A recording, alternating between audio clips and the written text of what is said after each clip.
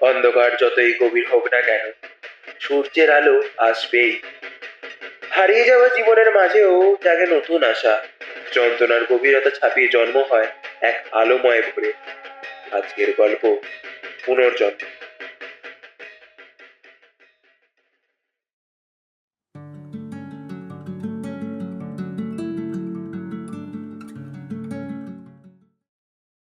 নমস্কার, সবাইকে জানাই সুপ্রভাত।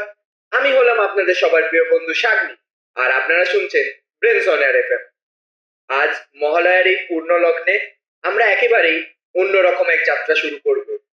এই যাত্রা শুধু সাফল্যের গল্প নয়, বরং মহালয়ার মতো এক জাগরণের গল্প, যেখানে অন্ধকারের পর আসে আলো, মৃত্যু, যন্ত্রণা থেকে জন্ম নেয় নতুন এক জীবন।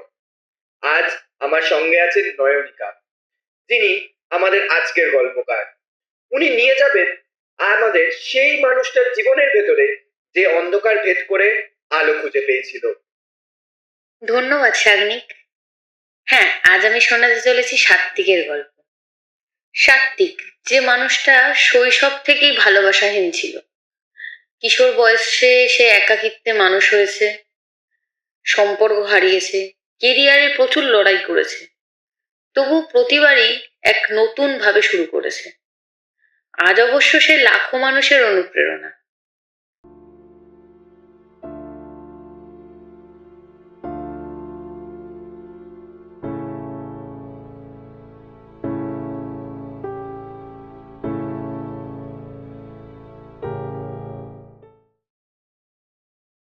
সাত্ত্বিকের জন্ম এক সাধারণ মধ্যবিত্ত পরিবারে। বাইরে থেকে সব ঠিকঠাক মনে হলেও ভেতরে ভেতরে ভাঙা ছিল। বাবা মার মধ্যে সর্বক্ষণ অশান্তি। ছোট্ট বয়সে প্রতিদিন রাতে ঝগড়ার আওয়াজ শুনে ঘুমোতে যেত। মা অনেক সময় রেগে গিয়ে চুপচাপ থাকতেন, বাবা দীর্ঘক্ষণ বাইরে থাকতেন। ফলে ছোট্ট সাত্ত্বিক শিখে ফেললো একাকিত্বটা কি জিনিস। স্কুলে অবশ্য তাকে সবাই হাসি খুশি মজার ছেলে ভাবতো, সবার হোমওয়ার্ক করে দিত, যোগ বলে হাসাতো। কিন্তু সেই ছেলেটাই বাড়ি ফেরার পরে নিঃশব্দে বই খুলে রাতের পর রাত কাঁদতো। না না না, মানে বাইরে একরকম আর ভেতরে একরকম। হ্যাঁ, আসলেই তো। ছোট্টবেলা থেকেই শিখে ফেলেছিল মুখোশ করে বাঁচতে। স্কুলে একবার একটা মেয়ের সঙ্গে সম্পর্ক হয়েছিল।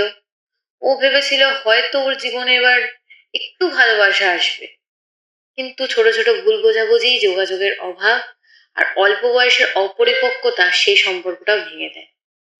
তারপর থেকেই সাত্ত্বিকের ভেতরে একটা বিশাল শূন্যতা তৈরি হয়েছিল, যেন সবকিছু ছিল কিন্তু কিছুই ছিল না। এভাবে একা থেকেও সে লড়াই চালিয়ে যাচ্ছিল, কিন্তু তার ভেতরে জমে উঠছিল এক রাস যন্ত্রণা, যা তখনকার দিনে হয়তো কেউই জানতো না।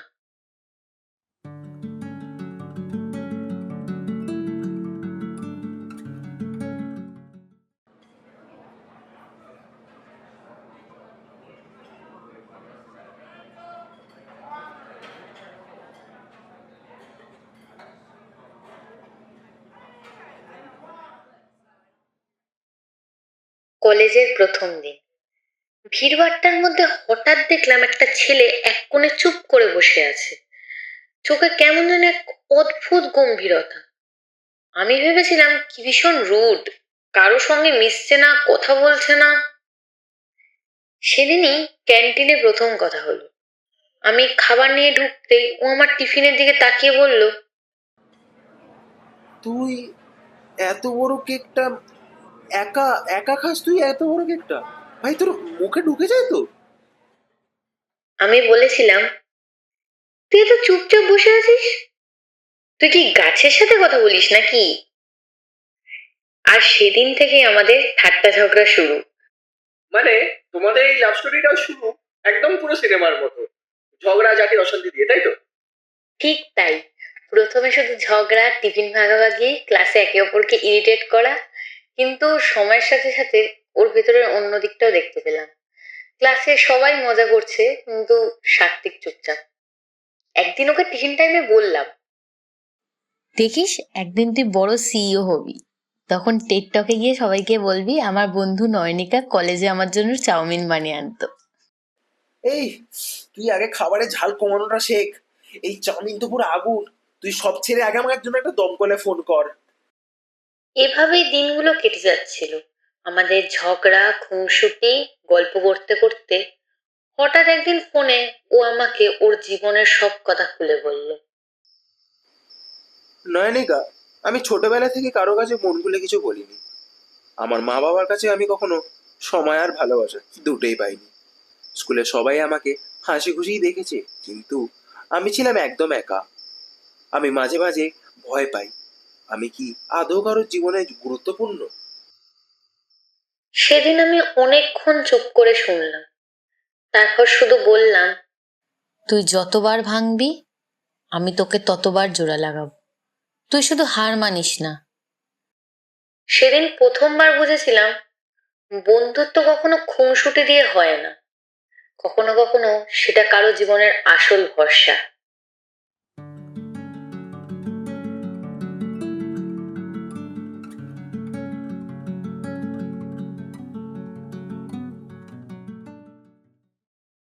বন্ধুত্ব যত গভীর হচ্ছিল, আমাদের জীবনে একটা ঝড় এসেছিল। কলেজে নতুন একটা মেয়ের সঙ্গে সাত্ত্বিকের আলাপ হয়। মেয়েটা পড়াশোনায় ভালো ছিল, প্রজেক্টে একসাথে কাজও করতো ওরা। প্রথমে ব্যাপারটা আমারও খুব একটা খারাপ লাগেনি, কিন্তু ধীরে ধীরে দেখলাম ও মেয়েটার সাথে অনেক সময় কাটাচ্ছে, আর হঠাৎ করে আমাকে এড়িয়ে চলা শুরু করে। বাবা, এটা দেখছি ক্লাসিক ভুল বোঝাবুঝি। হ্যাঁ, কিন্তু তখনকার অনুভূতিটা ভীষণ কষ্টের ছিল।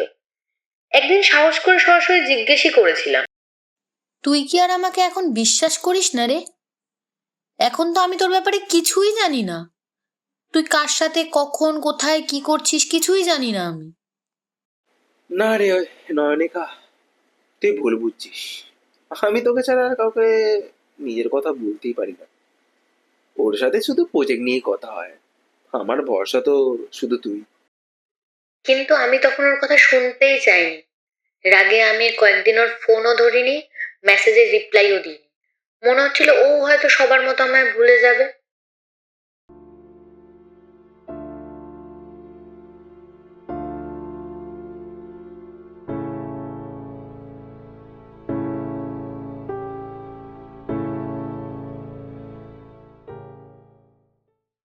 কিন্তু কয়েকদিন পরেই হঠাৎ রাতে ফোন এলো।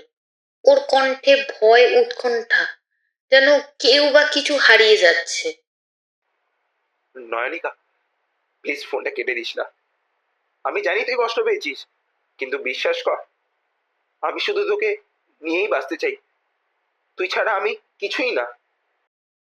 সেদিন আমি বুঝলাম, কখনো কখনো একটা সম্পর্কের মানে বোঝা যায় যখন তাতে একটু ঝড় আসে। ওর ভয়, ওর কণ্ঠের কাঁপন আমাকে নতুন করে বুঝিয়েছিল আমাদের বন্ধুত্বটা কতটা গভীর।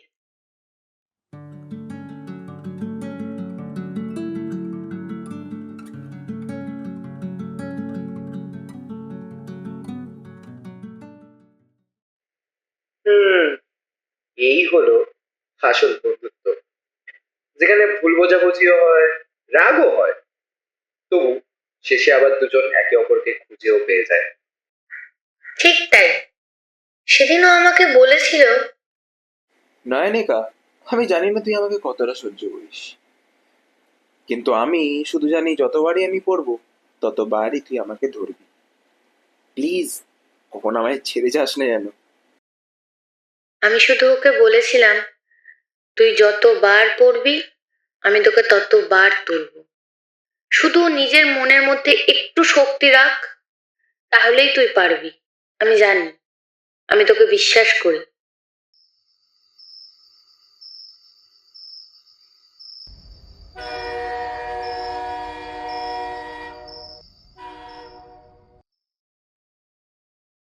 সেদিন থেকেই আমাদের সম্পর্ক আরো গভীর হলো।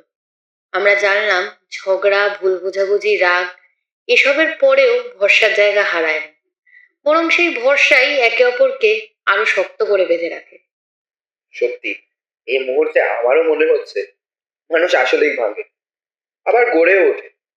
আর সম্পর্কও ঠিক সেভাবেই, ভাঙলেও যদি আবার মেরামত করা যায়, সেটা আরো দৃঢ় হয়ে যায়। হ্যাঁ, আসলে তখনও তো জানতাম না সামনে ওর জীবনে কত বড় লড়াই অপেক্ষা করছে।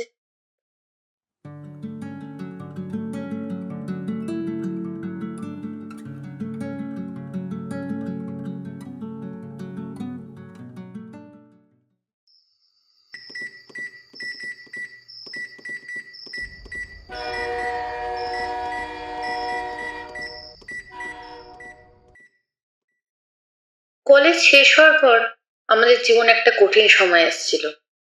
তখন আমরা সবাই চাকরির জন্য চেষ্টা করছি।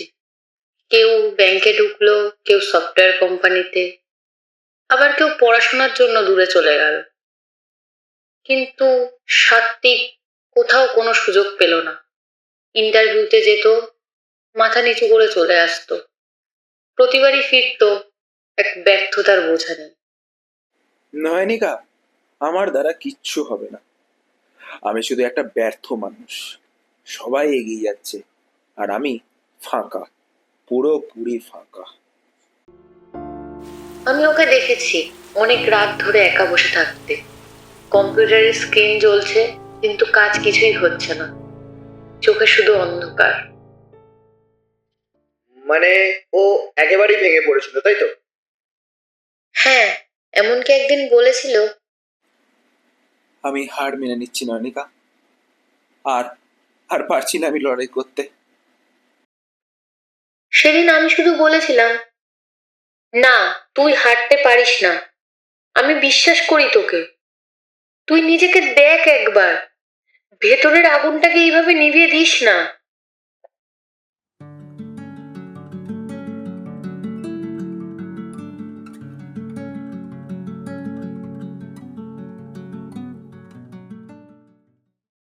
তারপর একদিন আমরা কোথায় জানি একটা বসে কথা বলছিলাম। সাত্বিক হঠাৎ বলে উঠল, যদি আমি আমার কষ্টগুলো, আমার শেখাগুলো অন্যদের বলি, যদি আমি ইউটিউবে একটা চ্যানেল করি আর তার নাম দিই লাইফ ফ্রম জিরো। আমি এক মুহূর্তের জন্য দেরি করিনি। বলেছিলাম, কর, আমি আছি তো, স্ক্রিপ্ট আমি লিখবো, ভয়েস ওভার তুই দিবি। সেই রাতেই আমরা প্রথম ভিডিও বানালাম। আমার ছোট্ট ফোনের ক্যামেরা, ওর একটা সস্তা মাইক। তবুও ভেতরে আকাশ ছোঁয়া ভরসা ছিল যে একদিন সময় বদলাবে। প্রথম ভিডিওতে ভিউ ছিল ওই 10টা, দ্বিতীয়টাতে 50 মতো, আর তৃতীয়টাতে 100। প্রতিদিন কোথাও না কোথাও একটা আশায় থাকতাম যে হয়তো আজ কিছু বদলাবে, কিন্তু কিছুই বদলালো না। মানে প্রথম দিকে একেবারে কোনো সাড়া মেলেনি। হ্যাঁ, একদমই শূন্য। তবু আমরা কখনো থেমে থাকিনি। প্রতিদিন রাত জেগে লিখতাম, রেকর্ড করতাম, আবার এডিট করতাম। এডিটিং অবশ্য বরাবর ওই করতো।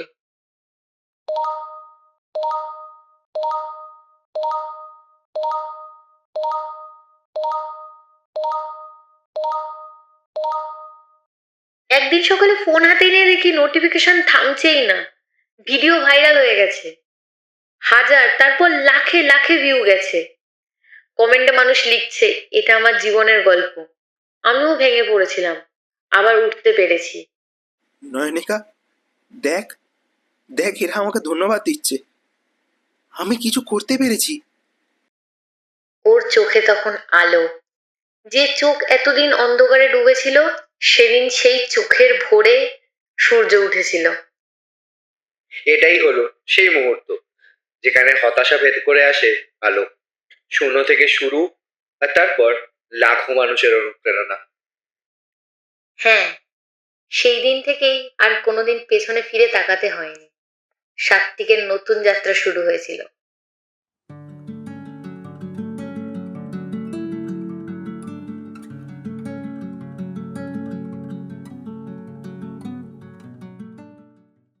জাস্ট একটা ভিডিও ভাইরাল হওয়ার পর সাত্বিকের জীবনে ঝড়ের মতো পরিবর্তন আসতে শুরু করলো। সকালবেলা ঘুম থেকে উঠেই দেখতো হাজার হাজার নিউ সাবস্ক্রাইবার। মানুষ ওকে কমেন্টে লিখতো, ভাই তুমি আমার জীবনের অন্ধকারে আলো দেখিয়েছো।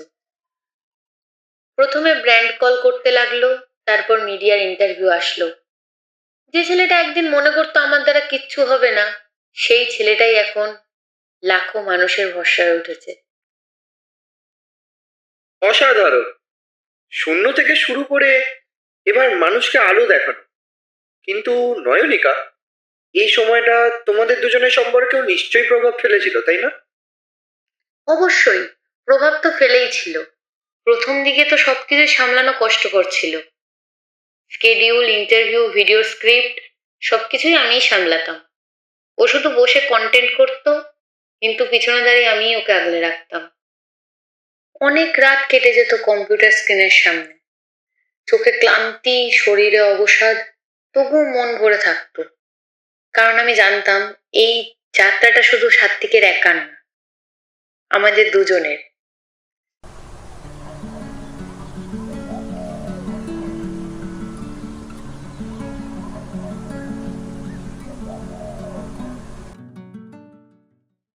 একদিন সন্ধ্যায় আমরা দুজনেই বারান্দায় বসেছিলাম। আকাশটা লালচে রঙে রাঙানো, হাওয়ায় এক অদ্ভুত শান্তি। আমি তখন চা হাতে নিয়ে সাত্ত্বিকের সাথেই গল্প করছিলাম।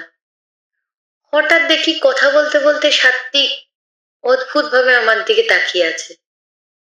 ওর চোখে এমন কিছু ছিল যা এর আগে আমি কখনো দেখিনি। নয়নিকা, তুই জানিস তুই আমার জীবনের সবচেয়ে সঠিক মানুষ।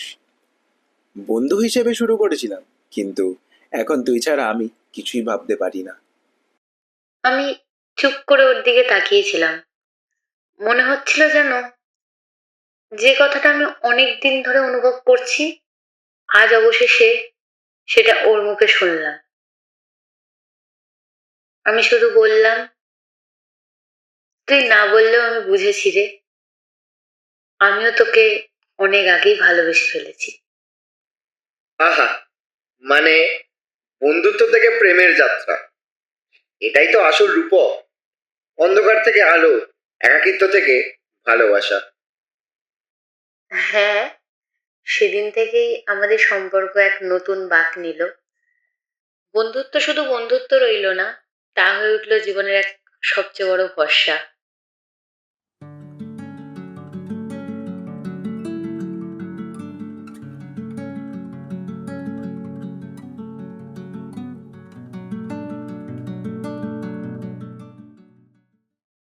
সেই দিনগুলোতে আমরা একসাথে স্বপ্ন দেখতে শুরু করলাম, ভবিষ্যতের স্বপ্ন।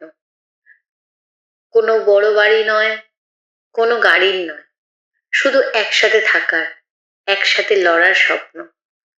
আমাদের কাছে সবচেয়ে বড় সাফল্য ছিল, মানুষ যদি বলে ওদের গল্প শুনে আমি ভেঙে না গিয়ে উঠে দাঁড়িয়েছি, এটাই আমাদের কাছে সবচেয়ে বড় প্রাউড মোমেন্ট। আর এভাবেই হয়তো লাইফ ফ্রম জিরো একটা শুধু চ্যানেল নয়, একটা আন্দোলন হয়ে উঠলো। সত্যি খুবই অসাধারণ একটা ব্যাপার। আমার নিজের শুনে মনে হচ্ছে যেন তোমরা দুজন শুধু নিজেদের নয়, হাজার হাজার মানুষকেও পুনর্জন্ম দিয়েছো। ঠিক তাই, কিন্তু তখনও জানতাম না সবচেয়ে বড় স্বীকৃতি আসবে একদিন একেবারে সবার সামনে।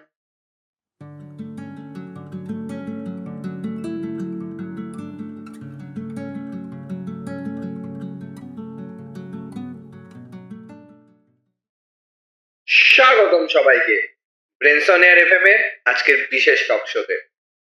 আজ আমাদের সঙ্গে রয়েছেন সেই মানুষ যিনি লাইফ ফ্রম জিরো দিয়ে লাখো মানুষের জীবনে আলো জ্বালিয়েছেন, সাত্বিক বাবু। ধন্যবাদ সাগর, আর ধন্যবাদ আপনাদের সবাইকে। আজকের এই জায়গায় পৌঁছানো এটা শুধু আমার একার গল্প নয়, এটা হলো এক অদ্ভুত যাত্রা, যেখানে ব্যর্থতা, হতাশা, একাকিত্বের অন্ধকার সবকিছুই মিলেই আমাকে আলোয় নিয়ে এসছে। তুমি তো এর আগে অনেক ইন্টারভিউ দিয়েছো, কিন্তু আজকে তোমাকে এই প্রশ্নটা না করলেই না। এই সাফল্যের পিছনে আসল শক্তি কার? আসল শক্তি নয় রেখা, সবাই জানে ও আমার পিএ, পার্সোনাল অ্যাসিস্ট্যান্ট। কিন্তু আজ আমি সবাইকে জানতে চাই, নয়নিকা শুধু আমার পিএ নয়, নয়নিকা আমার জীবন সঙ্গী, আমার অর্ধাঙ্গী, আমার স্ত্রী।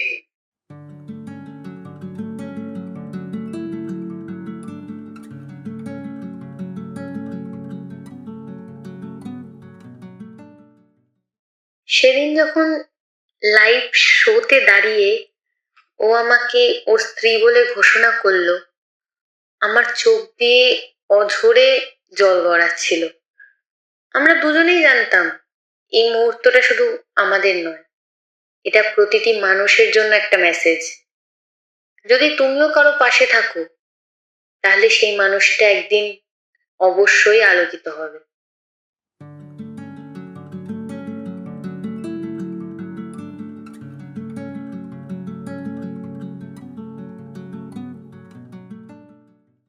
আজ সাত্ত্বিক শুধু একজন ইউটিউবারই নয়, সে হলো লাখো ভাঙা হৃদয়ের আশা। যে ছেলেটা একদিন বলতো আমার দ্বারা কিছু হবে না, আজ সে হাজার হাজার মানুষকে বলছে তুমিও পারবে, শুধু হাল ছেড়ো না। এটাই হলো আসল পুনর্জন্ম। এটাই মহালয়ার মতো অন্ধকারকে ভেদ করে আলোয় ওঠা। তো শ্রোতারা, আজকের গল্প থেকে আমরা শিখলাম ভালোবাসা মানে শুধু প্রেম নয়, ভালোবাসা মানে ভরসা, সমর্থন এবং বারবার ভেঙে পড়েও আবার উঠে দাঁড়ানো। জীবনে যতবারই অন্ধকার আসুক না কেন, মনে রেখো ভোর একদিন ঠিক না ঠিক হবেই।